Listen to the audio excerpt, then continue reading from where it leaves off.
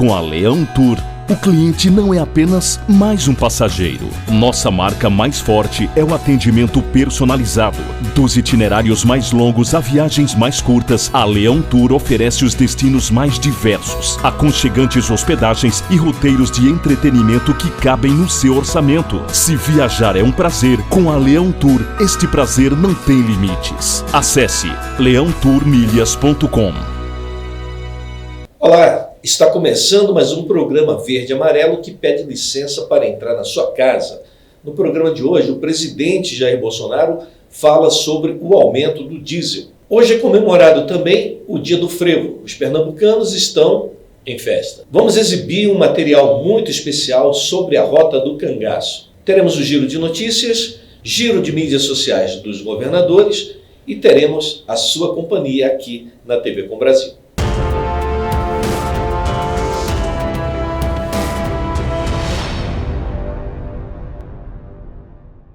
Olá, muito boa tarde. Hoje é terça-feira, 9 de fevereiro de 2021. E eu estou aqui, mais uma vez, pedindo licença, senhora, para entrar na sua casa, pedindo licença também ao senhor para entrar na sua casa, pois está começando mais um programa Com Brasil Nordeste.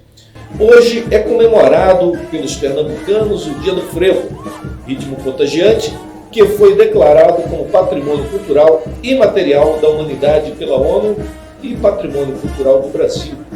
Título concedido pelo IPAM. Segundo o senador Humberto Costa, do PT de Pernambuco, o som contagiante das bandas marciais, fanfarras e orquestras de metais nasceu em Pernambuco e conquistou o Brasil inteiro. Especialistas indicam que a origem do nome vem da palavra ferver ou frever, na linguagem popular.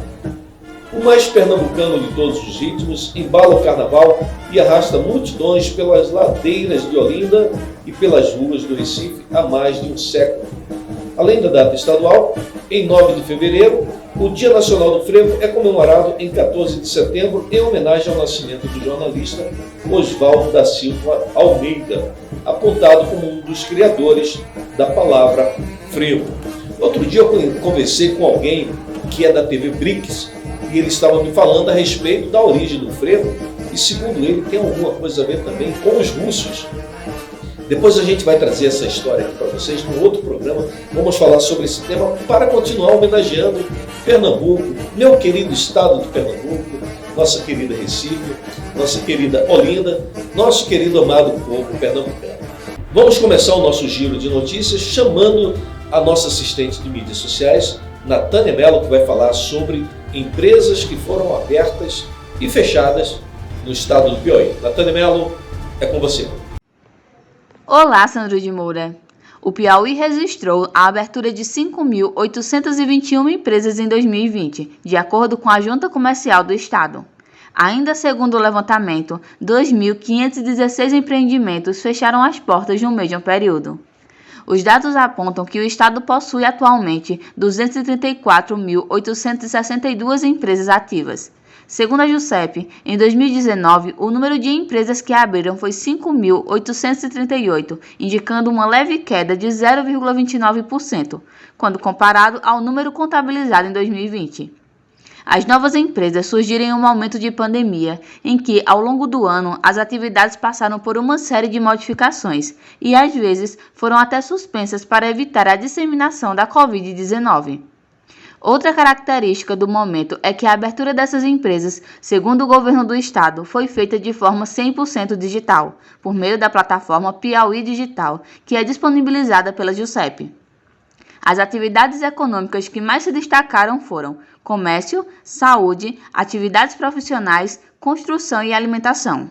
As cidades de Teresina, Parnaíba, Picos, Floriano e Bom Jesus foram as que marcaram o maior número de empresas abertas em 2020. Natânia, obrigado pelo giro aí sobre o estado do Piauí e no Rio Grande do Norte. Natânia, fale sobre o Rio Grande do Norte. Sandro, cerca de 50,2% dos turistas que visitaram Rio Grande do Norte durante a alta estação de 2020 e 2021, ainda no cenário de pandemia, chegaram ao estado em carros próprios ou alugados. Os dados estão em uma pesquisa realizada pelo Departamento de Estatísticas e Estudos Socioeconômicos da FEComércio, entre os dias 5 e 20 de janeiro. O segundo meio de transporte foi o aéreo, com 39,4%. Para a Federação Estadual, esse dado apontou uma mudança do turista nesse período, entre dezembro e janeiro, no estado. Em relação aos locais de origem, a pesquisa apontou que os próprios potiguares que fizeram turismo pelo próprio estado e possuem um rendimento médio individual de R$ 3.607,16, enquanto que turistas de outros estados do país dispõem de renda média de R$ 4.957,98. Já os turistas estrangeiros apresentaram um rendimento médio de R$ 5.870,93. Está registrado aí o giro sobre o Rio Grande do Norte. Vamos chamar agora a Rita Brandão. Daqui a pouco o Marcelo Jorge vai falar sobre o falecimento do senador José Maranhão, um político tradicional do estado da Paraíba, o senador mais velho, mais idade do Senado Federal, que foi acometido pela Covid-19. A Rita Brandão vai falar sobre a liberação de recursos do governo federal para artistas, para aqueles que vivem da arte. Rita Brandão, é com você. Olá, telespectadores do Com Brasil Nordeste. Hoje aqui da Bahia, vamos falar dos fazedores de artes e cultura do nosso Brasil. Com a chegada do vírus, os profissionais fazedores da cultura e da arte foram os primeiros a pararem as suas atividades e serão os últimos a retornarem. Muitas empresas no mundo do evento já fecharam suas portas.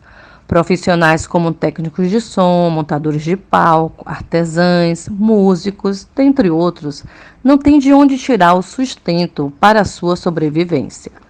Mas o governo federal liberou para os estados e municípios brasileiros 3 bilhões para que os governadores e prefeitos fizessem a distribuição para os fazedores da cultura e da arte através da Lei Aldir Blanc. A lei determinou que para os trabalhadores foram destinados R$ 600 em 3 parcelas e de R$ 3.000 a R$ 10.000 para os espaços artísticos. Essa distribuição foi liberada ano passado, mas muitos profissionais do entretenimento e arte continuam sem ter o que comer e do que sobreviver. Atualmente, grupos se reúnem em semáforos por vários estados brasileiros pedindo ajuda financeira, aceitando qualquer trocado. Vejam este vídeo apresentando aí uma das manifestações. Aqui de socorro pela cultura que há 11 meses está parado.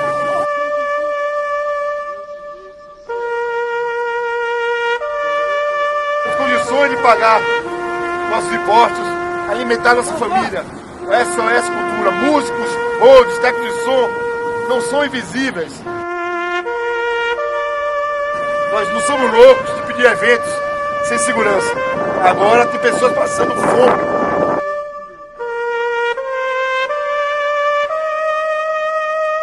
Nós já estamos há 11 meses sem uma resposta dos órgãos competentes. Nem só de cesta básica vive a nossa categoria. Precisamos pagar nossas contas.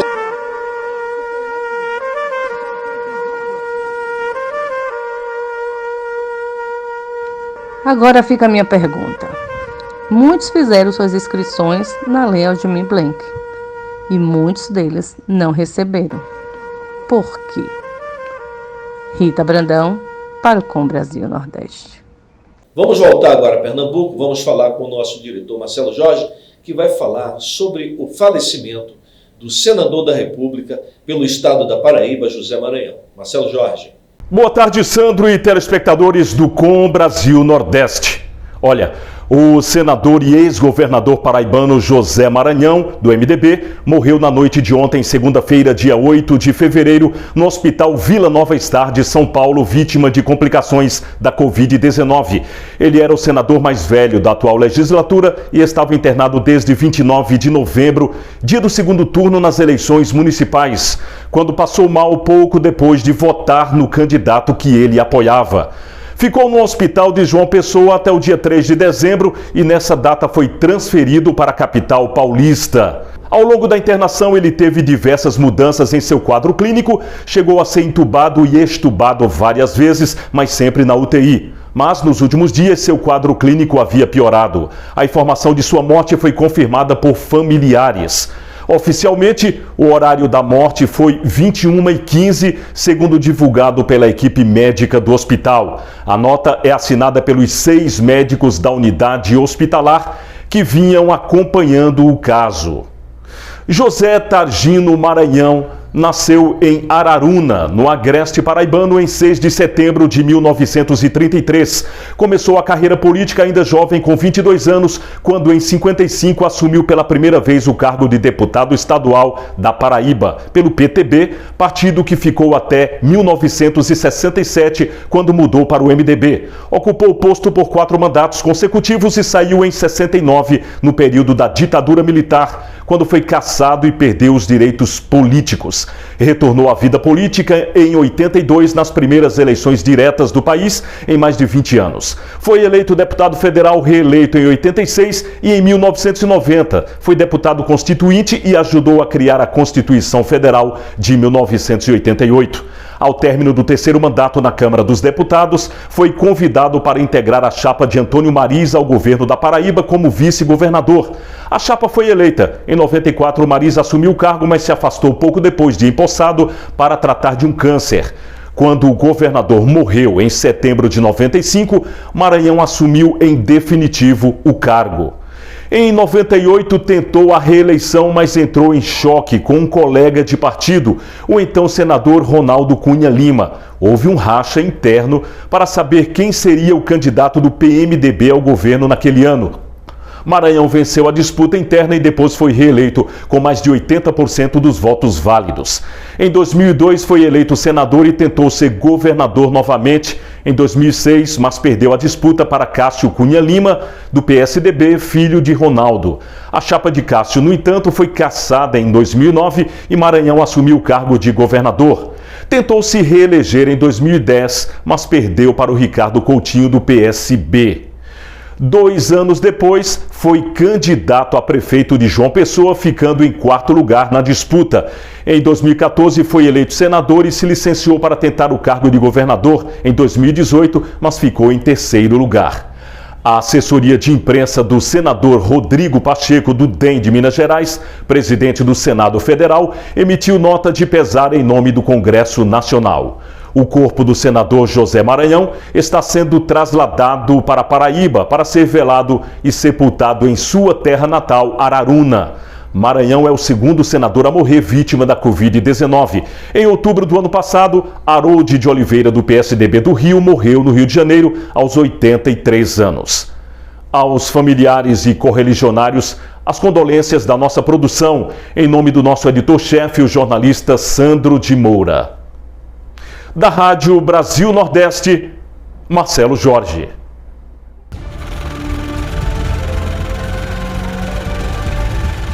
Queremos aqui nos solidarizarmos com a família e os amigos, os correligionários do ex-senador, falecido senador José Maranhão, pelo estado da Paraíba, ele que é uma figura emblemática daquele estado, né? Nosso estado vizinho, o estado de Pernambuco, o estado irmão. E nós queremos aqui, então, deixar os nossos sinceros votos de pesar a toda a família, a todos os que seguiam, que acompanhavam o senador José Maranhão, que Deus o receba em paz. Eu quero muito agradecer o carinho da sua audiência, pedir que, se você puder, passe um WhatsApp para a gente, dizendo de qual parte do país que está assistindo a nossa programação. Lembrar que esse programa também pode ser ouvido depois na nossa rádio web, radiobrasilnordeste.com, e você pode também ter muitas notícias no nosso portal de notícias, brasilnordeste.com. Quero convidar você a fazer parte das nossas mídias sociais. No YouTube, se inscreva, Brasil Nordeste Oficial, acione também ali o sininho, para que toda vez que a gente colocar uma matéria, um material novo, você possa ser comunicado desta novidade que está chegando no nosso canal, tá bom? Daqui a pouco vamos exibir uma matéria sobre a Rota do Cangaço. É muito interessante falar disto, porque aborda, sobretudo, as possibilidades do turismo na região Nordeste. Então, a Rota do Cangaço, que é um fato histórico, né? Todo mundo já ouviu falar de Lampião, o rei do cangaço, mas eu quero trazer também pelo lado, pela ótica, da possibilidade do turismo. O turismo cultural, o turismo que fala da história do país, Então é muito interessante, daqui a pouco a gente vai exibir esse material. Antes eu quero trazer a fala do presidente Jair Bolsonaro, que ontem, respondendo a uma empresa de TV, a um colega jornalista, ele falou sobre o aumento do diesel. E, segundo o presidente da República, ele está empenhado em fazer com que o aumento não seja escalonado, mas, ao mesmo tempo, ele disse que não pode intervir dando uma canetada, muito menos tabelando o preço, que, segundo o presidente, isso já está provado que não funciona. Ele falou também sobre a divisão das responsabilidades, governo federal e os governos estaduais. Vamos ouvir, então, a fala do presidente Jair Bolsonaro. Que o parlamento decida um valor fixo no preço do ICMS ou um percentual em cima do preço no valor na refinaria. É só isso. E o consumidor, quando ele abastecer seu carro, ele pode constatar, olha, aumentou aí 17 centavos o preço da gasolina, o governo federal não aumentou nada nos seus impostos, zero. Já o governo estadual aumentou ou não aumentou. Então, todos nós, presidente da República, governadores, tá, sabemos que são altos os impostos. Não vou negar que o federal está baixo, o estadual está alto. Não, está alto para todos nós. Mas, no mínimo, nós temos que reservar ao consumidor uma previsibilidade. Quando se fala em caminhoneiro, a gente pensa logo um cidadão, chefe de família, indo, por exemplo, de Porto Alegre para Fortaleza. Ele não pode, na metade do caminho de ida, saber que, quando voltar, são alguns milhares de quilômetros, o preço do combustível vai estar muito além do que poderia ter sido com aquele reajuste concedido naquele momento. É isso que nós queremos nesse primeiro momento. Olha, no segundo momento, o presidente Jair Bolsonaro, ele resume dizendo o seguinte: o que nós queremos é uma lei que estabeleça se os governos dos estados, se eles vão poder fixar um valor para o ICMS, para o imposto estadual, ou se vai ser algo proporcional, né? Então ele quer regular isso e, mais importante ainda, deixar claro para o consumidor, na nota para o consumidor, o que vem ali de imposto para o governo federal, o que vem de imposto para o governo estadual e o que fica no bolso do empresário. Então o presidente Jair Bolsonaro está dizendo o seguinte: eu quero que todos saibam, para que depois não fique só na conta do governo federal, o governo aumentou o preço do combustível. Então o presidente está dizendo o seguinte: eu quero que isso esteja claro para o cidadão, o que é a participação do governo federal, que segundo o presidente ainda é alto, mas também o que está ali direcionado para os governos estaduais. Vamos ouvir a segunda parte da fala do presidente Jair Bolsonaro. No mais, nós gostaríamos sim conversar com os seus governadores, onde nós todos, que também está abusivo o imposto federal, está abusivo no meu entender. E acredito eu, se nós conseguimos uma maneira de reduzir, e quando nós contamos com o apoio da Câmara, do Senado, da Assembleia Legislativa, nós temos como buscar alternativa. Porque, olha só, se os governadores estão com a corda no pescoço, porque a Receita realmente mal dá para cobrir sua despesa, o governador, os presidentes e eu também estou com a corda no pescoço. Mas já quase que enforcado está o consumidor. É apenas isso o que nós estamos buscando solucionar aqui. Eu não sou o herói, não, e os governadores são vilões. Não existe isso, não. Nós todos, isso não vem de nós, vem lá de trás, mas nós temos que resolver esse assunto. Está aí então a fala do presidente da República a respeito do aumento do combustível, especialmente do aumento do diesel. Vamos trazer agora um brevíssimo intervalo comercial. O programa Com Brasil Nordeste volta já com o giro de notícias, o giro das mídias sociais dos governadores. Até já.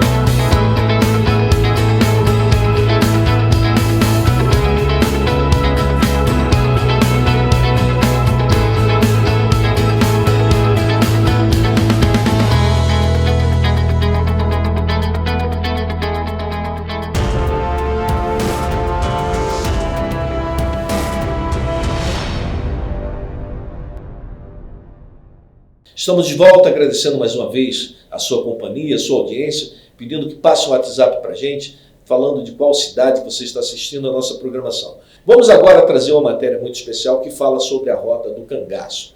Vamos colocar a fala da Carla, que é uma guia de turista lá no roteiro na Rota do Cangaço, ela que faz toda essa explanação. Quando nós chegamos lá no local, ela fala sobre como aconteceu, toda a história ali na Rota do Cangaço, como que se comportava o bando de Lampião, como que surgiu o bando de Lampião. Tudo isso você vai ouvir agora e vai assistir com muito carinho. A narração é da Carla, guia de turismo lá da cidade de Piranhas, e esse material e essa rota fica do outro lado do rio, já no estado de Sergipe. Coloque então a matéria sobre a Rota do Cangaço, por favor.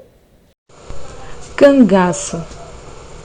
A origem desse nome vem de canga ou cangaia, objetos de madeira colocados nos animais para transportar mantimentos e munições. Mas o Lampião e seu bando, devido a eles andarem com cerca de 45 a 50 quilos em seus próprios corpos, foram chamados de cangaceiro. O cangaço surgiu em meados do século XVIII a XIX com José Gomes o Cabeleira, Antônio Silvino e o Zé da Feira, mas ganha fama e repercussão com a entrada do Virgulino Ferreira da Silva, o vulgo Lampião, pernambucano de Vila Bela, hoje atual Serra Talhada. Nasceu no ano de 1897, mas há registros que constam que ele foi batizado em 98. Na época era muito comum que isso acontecesse. Lampião entra no cangaço em 1921.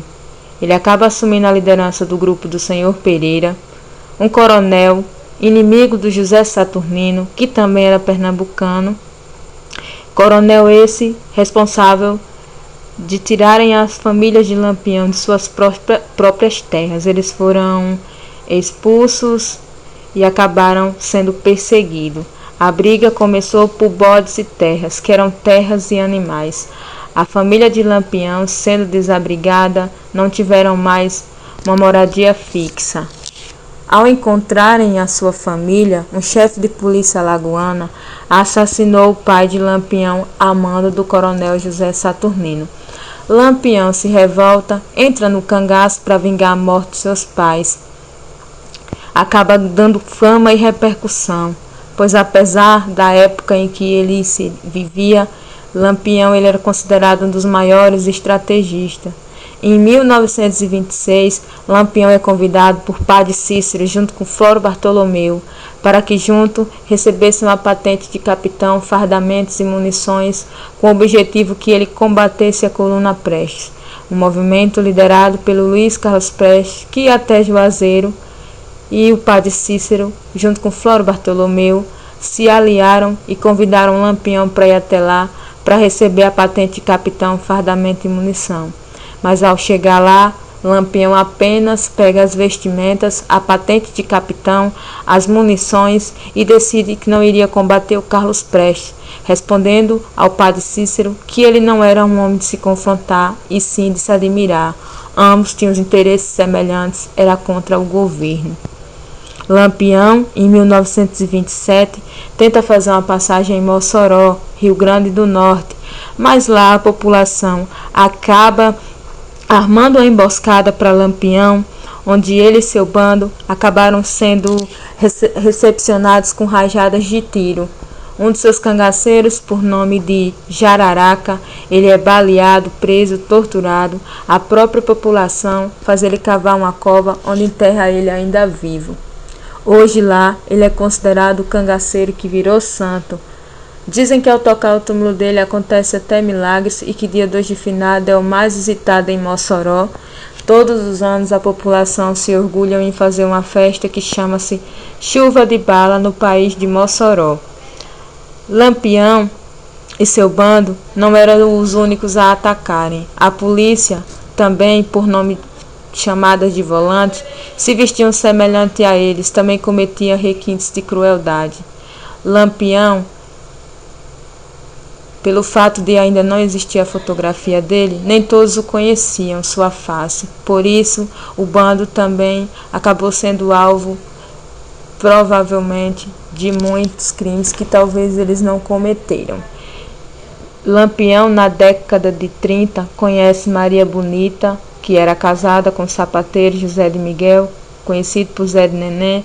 Um relacionamento muito conturbado, um casamento arranjado pelos pais. Na década de 30, ela conhece Lampião e, por livre e espontânea vontade, faz parte do cangaço, sendo a primeira mulher a entrar. Teve 4 gestações, sofreu 3 abortos espontâneos, vingou somente a Expedita Ferreira Nunes, ainda viva, tem 87 anos e mora na capital sergipana, em Aracaju.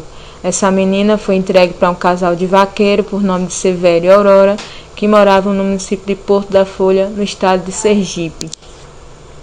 Maria Bonita e Lampião tinham um plano: comprarem uma fazenda em Minas e trocar de identidade para viver como pessoas normais, criar a filha que eles não tiveram oportunidade, já que Lampião falava que choro de criança era pior que chocalho de cabra, ouvia-se a légua de distância. Lampião, em 1936, teve sua face conhecida por conta do fotógrafo Benjamin Abraham Boto, o único que pôde fazer parte do cangaço. Depois dele, todos vieram saber quem de fato era Lampião. Hoje, essa história é retratada no filme Baile Perfumado. Lampião e Maria Bonita tinham um plano: reunir todo o bando na Grota de Angicos, onde lá ele passaria a chefia do bando para Corisco assumir o Diabo Louro e seu braço direito. Só que Corisco decide não ir, falando que Grota de Angicos era a cova de defunto, local de uma só entrada e uma só saída, excepando as cabeças. As cabeças são colocadas dentro de um balaio. Obrigado, um garoto de 14 anos leva essas cabeças até o tenente com um bilhete ousado que dizia: Tenente Preste Bezerra, eis as cabeças para vingar a morte do meu capitão, faz delas uma grande buchada, sente e coma. É claro que depois dessa ousadia, ele passa a ser ainda mais perseguido, quando é no dia 25 de maio de 1940, Corisco e Dadá, sua companheira, são emboscados em Barra do Mendes, na Bahia. Ele acaba sendo morto e decapitado, ela é ferida com um tiro no pé, se entrega, cumpre a sentença de 6 anos, ao sair refez a vida dela e morreu de morte natural. Dadá, ela cumpriu a sentença e só morreu em 94. O cangaço, por falta de liderança, acaba em 25 de maio de 1940 com a morte do Diabo Loiro. Quero muito agradecer aqui a Carla pelo carinho de ter enviado para a gente esse áudio, ter trazido todas essas informações que são tão preciosas para a gente e convidar você a conhecer a região Nordeste. É uma região belíssima. O estado de Alagoas tem cidades maravilhosas, tanto na parte de orla, de praia, mas também como a Caatinga, você viu aí? Então você vai para dentro do mato, vai conhecer uma história tão rica como esta, que é a Rota do Cangaço. Carla, muito obrigado, pelo carinho de você ter atendido a equipe da Com Brasil Nordeste. Vamos agora ao De Olho na Rede, porque alguém postou algo nas mídias sociais que chamou a nossa atenção e nós queremos dividir com você aqui na tela da TV Com Brasil. De Olho na Rede. Com licença, senhor, essa é uma pesquisa. Quando você está no ônibus e entra uma senhora idosa, você cede o lugar para ela? Não, nunca. Nossa, mas então você é mal educado. Não, eu sou o motorista. Esse De Olho na Rede é interessante porque tem pessoas que começam já a julgar o livro pela capa, né? Você viu aí, o cara era motorista, não podia ceder o lugar dele para o idoso. Olha, estamos chegando ao final do nosso programa, estamos agradecidos a Deus, estamos muito gratos à senhora, ao senhor, muito gratos a essa garotada que também assiste a gente, se comunica com a gente através das mídias sociais. Amanhã estaremos de volta aqui na tela da TV Com Brasil. Porque tudo que é bom, com o Brasil fica ainda melhor. Obrigado e até a próxima.